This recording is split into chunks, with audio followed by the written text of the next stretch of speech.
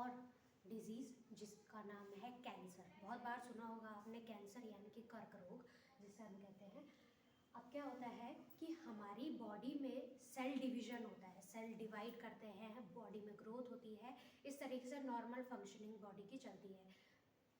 Cell growth जो होती है या फिर सेल जो डिवीज़न होता है वो बहुत हाईली कंट्रोल्ड होता है कि एक सेल इतने ही टाइम में डिवाइड करेगा, इतने बार ही डिवाइड करेगा। इस तरीके से बॉडी में पूरा एक मैकेनिज्म होता है जिससे कि सेल कंट्रोल्ड वे में ग्रोथ करते हैं। अब कभी कभी क्या होता है कि कुछ कारणों से हमारे शरीर में जो सेल्स होते हैं वो अनकंट्रोल्ड तरीके से ग्रो करते हैं, डिवाइड करते हैं, बार बार डिवाइड करते हैं, बहुत जल्दी जल्दी डिवाइड करते हैं।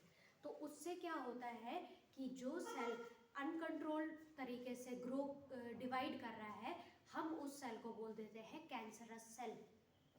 ठीक। अब क्या होता है कि हमारे जो सेल्स होते हैं नॉर्मल सेल्स, उनमें एक प्रॉपर्टी होती है जिसको हम बोलते हैं कांटेक्ट इनहिबिशन।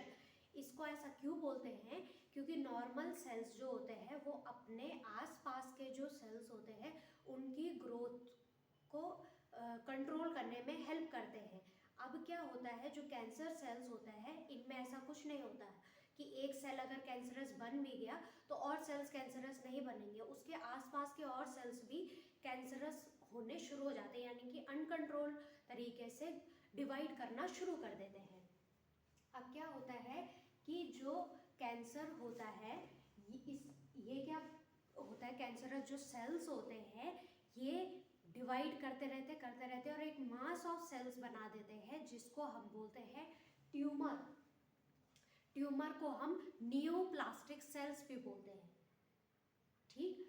अब जो ट्यूमर्स होते हैं वो दो तरीके के होते हैं, एक होता है बेनिगन ट्यूमर और एक होता है मैलिग्नेंट ट्यूमर। बेनिगन ट्यूमर क्या होता है कि इसमें जो सेल्स है कैंसरस सेल्स वो मास बनाते हैं, एक पूरा ऐसा थक्का सा बना लेते हैं और एक ही जगह पर रहते हैं बॉडी में।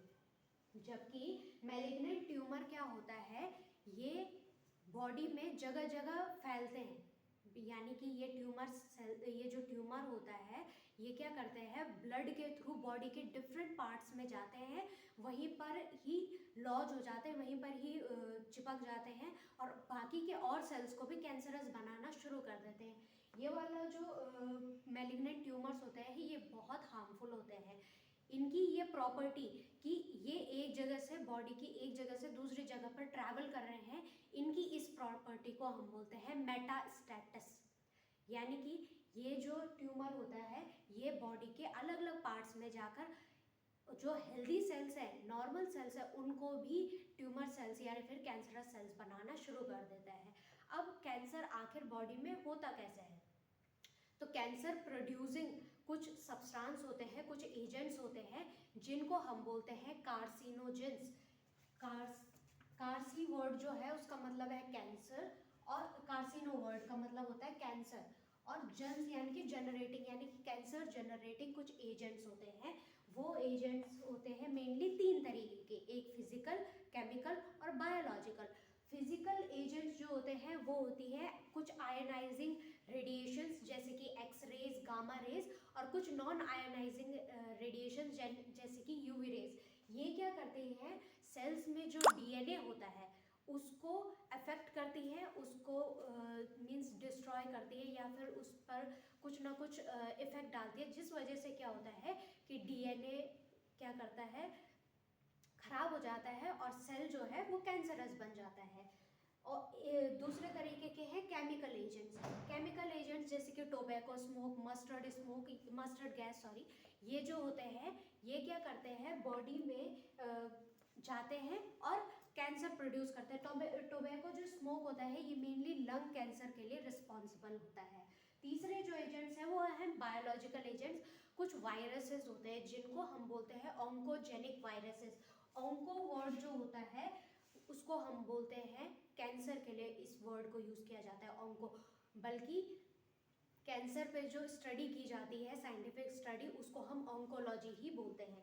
ऑन्कोजेनिक यानी कि कैंसर जनरेटिंग जो वायरसेस होते हैं वो जब बॉडी में एंटर कर जाते हैं तो उस वजह से क्या होता है, कैंसर होता है। और क्या होता है, जैसे जो नॉर्मल सेल्स होते हैं उनमें कुछ जीन्स पाए जाते हैं, डीएनए पाए जाते हैं, जिनको हम बोलते हैं सेल्यूलर ऑन्कोजीन्स और प्रोटो ऑन्कोजीन्स। ये ऑन्कोजीन्स बॉडी में कुछ नॉर्मल सेल्स में प्रेजेंट होते हैं पर एक्टिवेटेड फॉर्म में नहीं होते, लेकिन कुछ ऐसी कंडीशंस जब बॉडी में आती हैं तब ये एक्टिवेट होते हैं और ये नॉर्मल सेल को कैंसरस सेल बना देते हैं। हमने ये तो देख लिया कि जो कैंसर है वो कैसे बॉडी को अफेक्ट करता है, कैसे हमारी बॉडी में जो नॉर्मल सेल्स होते हैं वो कैंसरस बनते हैं। तो अब हम ये देखेंगे कि हमें पता कैसे चलता है कि कैंसर हुआ है। तो कैंसर का जो डायग्नोसिस है या फिर डिटेक्शन है उसके कुछ तरीके हैं। तो सबसे पहला जो तरीका है वो है बायोप्सी एंड हिस्टोपैथोलॉजिकल स्टडी। अब इसका मतलब क्या है?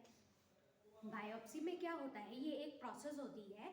इसमें क्या होता है कि जहाँ भी हमको शक होता है कि सस्पेक्शन होता है कि हाँ यहाँ पर कैंसर हो सकता है, तो हम क्या करते हैं उस सस्पेक्टेड टिश्यू को लेते हैं।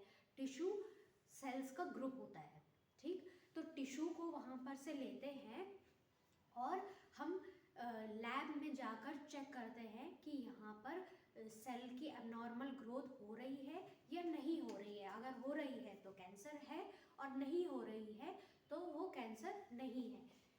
हिस्टोपैथोलॉजिकल का मतलब यही होता है।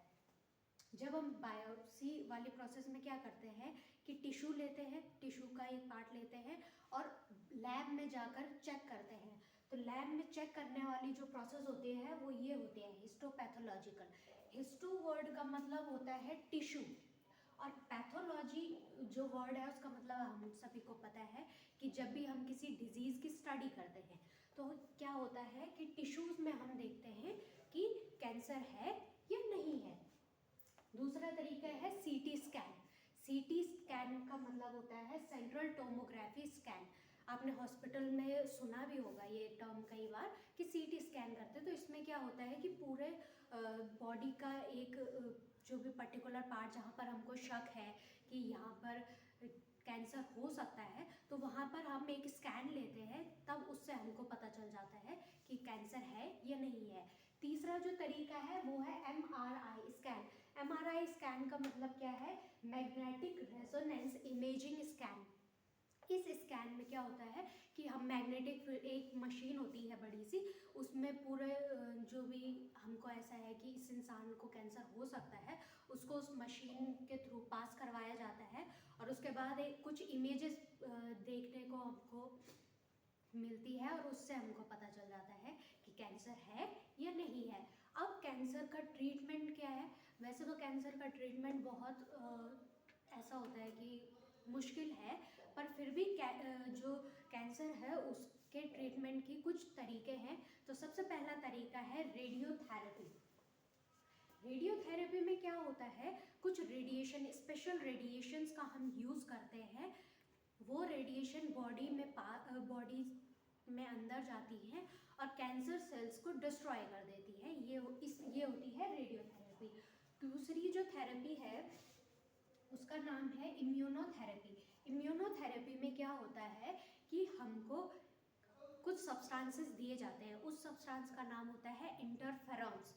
ये इंटरफेरॉन्स हमारी बॉडी में डाले जाते हैं। ये क्या करते हैं, हमारे शरीर का जो इम्यून सिस्टम होता है उसके रिस्पॉन्स को बढ़ा देते हैं, जिस वजह से इम्यून सिस्टम क्या करता है, कैंसर सेल्स को डिस्ट्रॉय करने का काम करता है।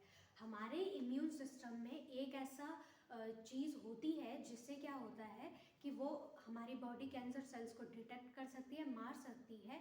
हाँ, इतना वो इफ़ेक्टिव नहीं होता, लेकिन हमारी बॉडी में ऑलरेडी ये चीज़ प्रेजेंट होती है कि कैंसर सेल्स को मारना या फिर ट्यूमर्स को मारना।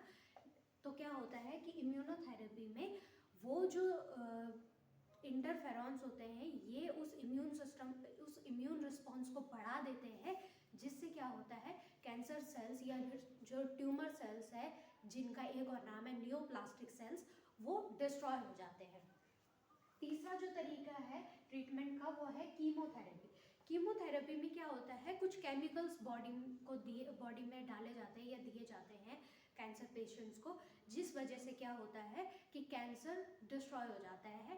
कीमोथेरेपी के कुछ साइड इफ़ेक्ट्स भी होते हैं, जैसे अनीमिया, खून की कमी होना, बाल पूरे झड़ जाते हैं। इस तरीके के कुछ साइड इफ़ेक्ट्स जो है वो कीमोथेरेपी में देखने को मिलते हैं।